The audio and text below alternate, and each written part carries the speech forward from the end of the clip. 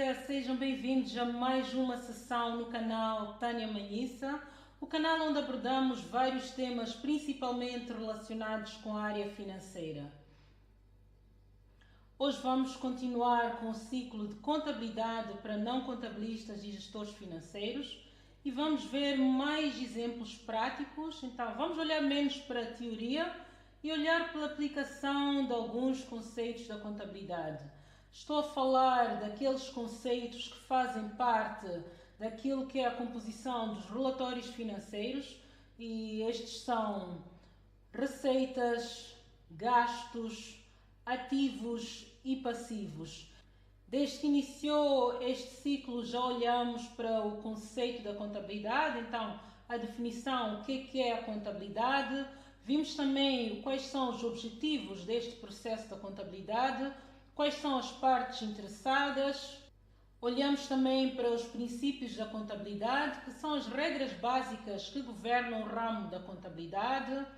Vimos também qual é o resultado do processo de contabilidade, que é a produção de relatórios financeiros, que é informação para aquelas partes interessadas na informação financeira. E no último episódio vimos alguns exemplos práticos da aplicação do princípio da competência, que é um dos princípios mais relevantes, isto é, um dos princípios que somos obrigados a aplicar muito mais no nosso dia a dia quando estamos a lidar com diferentes tipos de transações e também com o relato financeiro.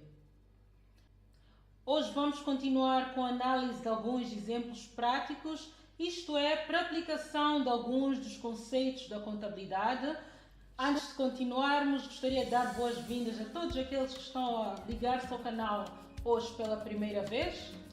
Sejam bem-vindos, subscrevam o canal e também, se clicarem no sino ao lado, serão notificados sempre que for carregado um novo vídeo.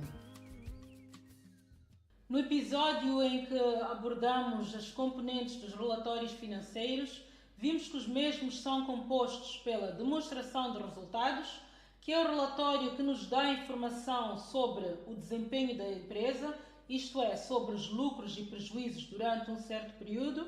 Vimos também o balanço, que é o relatório que nos indica qual é a posição financeira da empresa, isso é, o que é que a empresa tem em termos de ativos, bens, em termos de passivos, dívidas e o património líquido da empresa. Então, quando falamos de rendimentos e gastos, estamos a falar do tipo de transações que são classificadas e acabam sendo apresentadas na demonstração de resultados. Antes de iniciarmos com os exemplos práticos, vamos fazer uma reciclagem dos conceitos receitas, gastos, ativos e passivos. Quando falamos de rendimentos, estamos a falar dos valores recebidos pela venda de bens, serviços, pelo uso do dinheiro e também pelo uso do tempo. Quando falamos de gastos, referimos-nos ao dinheiro gasto para a compra de bens ou serviços fornecidos. Ativos. O ativo é um recurso com valor econômico que a empresa possui ou controla com a expectativa que proporcionará benefícios futuros.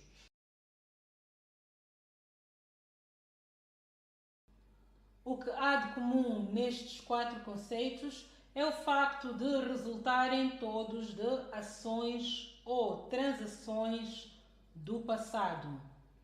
É importante referir também que, para poder-se fazer a contabilização de alguma transação e para poder-se classificar como um dos quatro conceitos, é necessário que a transação seja mensurável.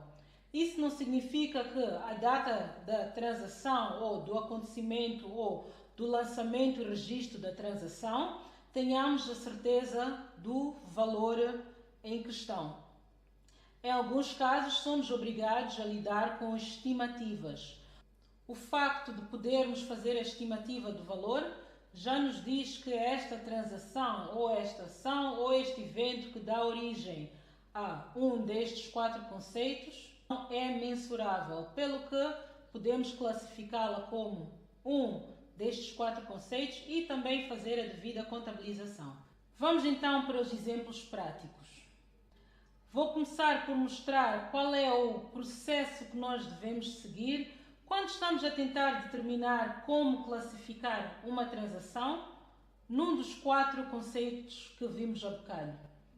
Vamos primeiro ver se o valor é mensurável, se o item em questão resulta de uma transação ou de um evento do passado, se a mesma transação resultará numa entrada ou saída de recursos da entidade, estamos a falar de valores no futuro, e por fim, com esta informação já conseguimos decidir como corretamente classificar a transação. Então, como primeiro exemplo, temos o caso de uma dívida incobrável de um cliente no valor de 1,5 milhão. A empresa vendeu serviços ou bens no valor de 1,5 milhão a um cliente e este cliente foi liquidado, pelo que a empresa já não tem chances de recuperar esta dívida deste cliente. Neste caso, claramente sabemos qual é o valor em dívida, que é 1,5 milhão, então é sim esta transação mensurável. Resulta de uma transação ou de um evento do passado? Sim, isto é, porque no passado a empresa vendeu serviços ou bens ao mesmo cliente. Se resultará numa entrada ou saída de recursos no futuro? Neste caso não, porque já sabemos claramente que o cliente não irá fazer pagamento da sua dívida. Então, a empresa não terá nenhuma entrada de valores. Então, fica bem claro que a empresa está perante um prejuízo, pelo que devemos classificar este acontecimento como um gasto.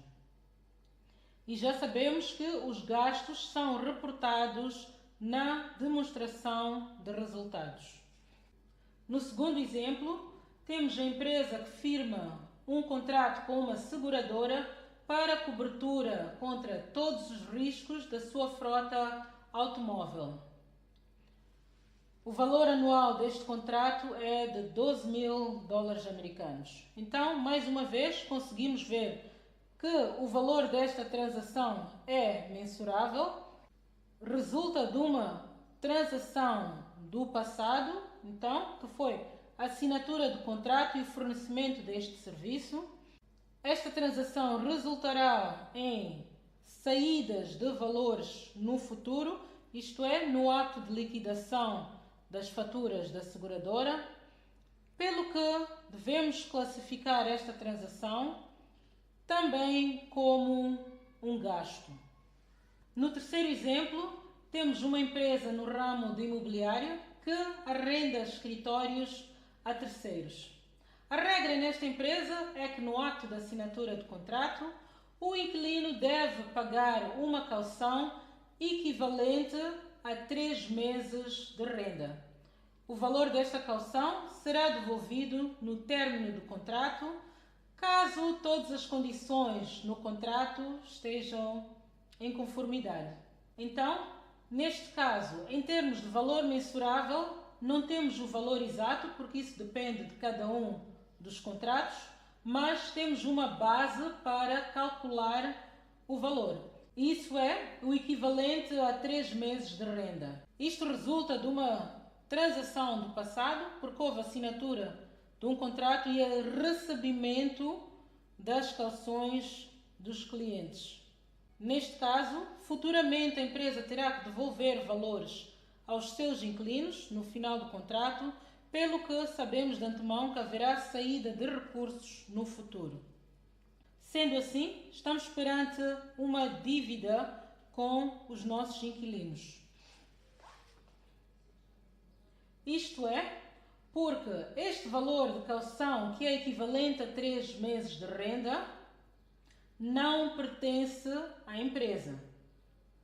É apenas um valor que a empresa está a guardar para devolver no futuro, caso os escritórios sejam devolvidos nas condições certas.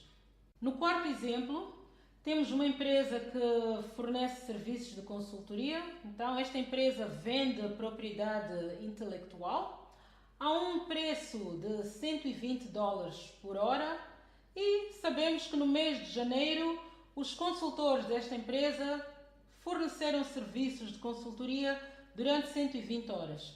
Então, neste caso, estamos a falar da taxa que é cobrada pela empresa aos seus clientes pelo fornecimento deste serviço de consultoria. Então, está claro que o valor da transação é mensurável.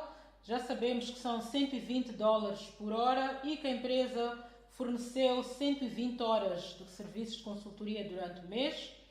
É resultante de um evento ou de uma transação do passado, que é o acto de fornecimento deste serviço, e isto resultará futuramente numa entrada de recursos ou de valores na empresa. Isto é, quando os clientes pagarem, a empresa vai receber dinheiro.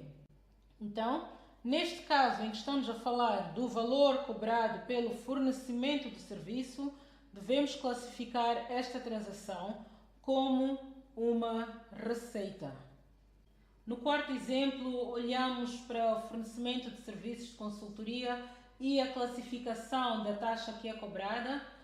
Olhando para o mesmo exemplo de fornecimento de serviços de consultoria, a empresa fatura ao cliente, então tem a receita que é composta pela taxa por hora pelo serviço vezes o número de horas. Então isso é faturado ao cliente e o cliente ou paga no momento da faturação ou então paga numa data futura. Então, se nós olharmos para situações em que o cliente paga numa data futura, estamos perante um ativo, porque estamos a dizer que há um valor que vai entrar para a empresa no futuro, resultante de uma transação do passado, que foi o fornecimento de serviços de consultoria, que foi cobrado e foi registado corretamente como uma receita no passado. Em jeito de resumo, temos a tabela aqui que nos mostra as receitas, gastos, ativos e passivos.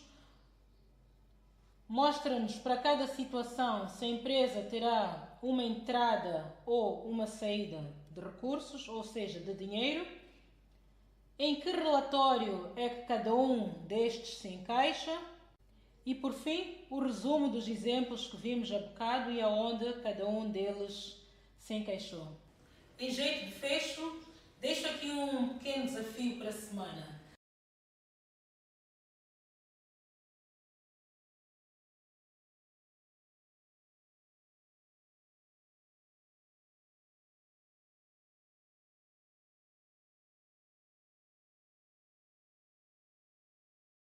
Estou muito curiosa em ver as vossas respostas, então deixem-as nos comentários abaixo.